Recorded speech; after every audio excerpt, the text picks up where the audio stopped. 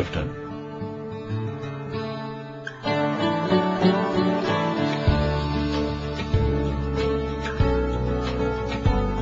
کراچی کا سب سے زیادہ ترقی یافتہ، پوش اور فیشنیبل علاقہ۔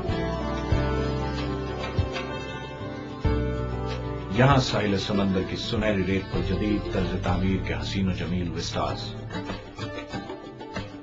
کاٹیجز اور ٹاؤن ہاؤسز کے درمیان وسیع و عریض محل نما بنگلے اپنے مکینوں کے جمالیاتی ذوق اور پرتعیش طرز زندگی کا پتہ دیتے ہیں، اور انہی کے پہلو میں غریب و پسماندہ کچی آبادیوں کا ایک جال بچھا ہوا ہے۔ اپنے اس متنوع پس منظر کے باوجود یہ شہر کا بارونق لیکن انتہائی محفوظ اور پرامن علاقہ ہے۔ فراہمی و نکاسی آب کے بے پناہ مسائل نے یہاں کے مکینوں کو طویل عرصہ بے چینی اور اضطراب کا شکار کیے رکھا۔ ناظم کراچی جناب سید مصطفیٰ کمال نے کثیر الجہت حکمت عملی کے ذریعے کلفٹن کے اہم علاقے میں بنیادی مسائل حل کرنے کا آغاز زمینی حقائق کے جائزے اور مقامی لوگوں کے ساتھ رابطے سے کیا، وقت کی ضروریات کا اندازہ لگایا، ترجیحات کا تعین کیا اور مسائل کے ساتھ ساتھ آئندہ پیش آنے والی ممکنہ صورتحال سے مطابقت رکھنے والے منصوبوں کے لیے حکمت عملی تشکیل دی۔ عوامی مشاورت اور شراکت کے اس عمل میں کلفٹن اس کے قرب و جوار میں پھیلی ہوئی کچی آبادیوں، ملحقہ علاقوں اور شہر کے مختلف علاقوں سے گزر کر آنے والی سڑکوں، پلوں اور شاہراہوں پر بچھے بجلی، گیس، ٹیلی فون اور دیگر سہولتوں کے زیر زمین اور بالائی نظام کی پیچیدگیوں کو بھی مد نظر رکھا گیا۔ ناظم کراچی کی ترقیاتی پالیسی کا بنیادی ستون معیاری کام و برق رفتاری رہا اور تمام مراحل میں شہری حکومت اور Karachi water and sewerage board کے ماہرین اور منصوبہ سازوں کے لیے یہ رہنما اصول بنا رہا۔ کلفٹن اور اس کے گرد و نواح، Punjab colony, Delhi colony, P N T colony, Chandio village, Thakri village, Bhikshan village, Neelum colony, Sheri Jinnah colony اور جنرل آباد کا سب سے اولین اور سنگین مسئلہ پانی کی عدم دستیابی تھا، جس کو حل کرنے کے لیے ناظم کراچی سید مصطفیٰ کمال کی ہدایت پر واٹر بورڈ نے K3 کے تاریخ ساز منصوبے کے تحت کراچی آنے والے 10 کروڑ گیلن یومیہ اضافی پانی کے نظام کو کلفٹن تک توسیع دینے کا فیصلہ کیا۔ اس کی وجہ یہ تھی کہ K3 کا سسٹم ایک مستقل اور قابل اعتماد ذریعہ تھا۔ اس مقصد کے لیے گلشن اقبال میں واقع Karachi water and sewerage board کے COD فلٹر پلانٹ سے کلفٹن تک 48 انچ قطر کی پائپ لائن بچھانے کا منصوبہ بنایا گیا، جو کہ آسان نہ تھا۔ دونوں علاقوں کے درمیان طویل فاصلہ اور گنجان رہائشی علاقے نے اس کام کو اور مشکل بنا دیا۔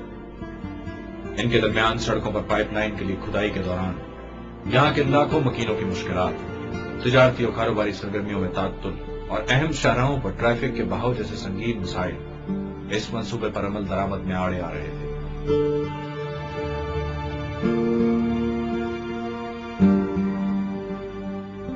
اس منصوبے کو جلد مکمل کرنے کی غرض سے کام کو 3 حصوں میں تقسیم کیا گیا۔ پہلا حصہ 48 انچ قطر کی پری stressed pipe line Gulshan Iqbal سے شارع قائدین اور راستہ سبزی منڈی اور کشمیر روڈ مقرر ہوا۔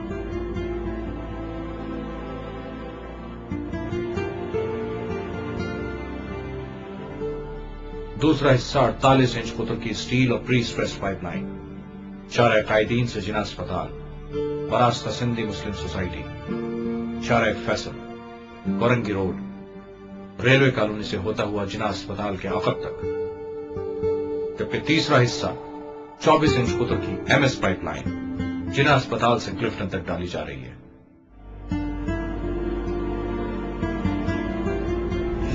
ان تینوں منصوبوں کی مجموعی لاگت تقریباً 30 کروڑ 20 لاکھ روپے ہے۔ یہاں یہ بات انتہائی قابل ذکر ہے کہ ان لائنوں کی تکمیل سے کلفٹن اور اس کے گرد و نواح میں پانی کا مسئلہ آئندہ 25 سالوں کے لیے حل ہو جائے گا۔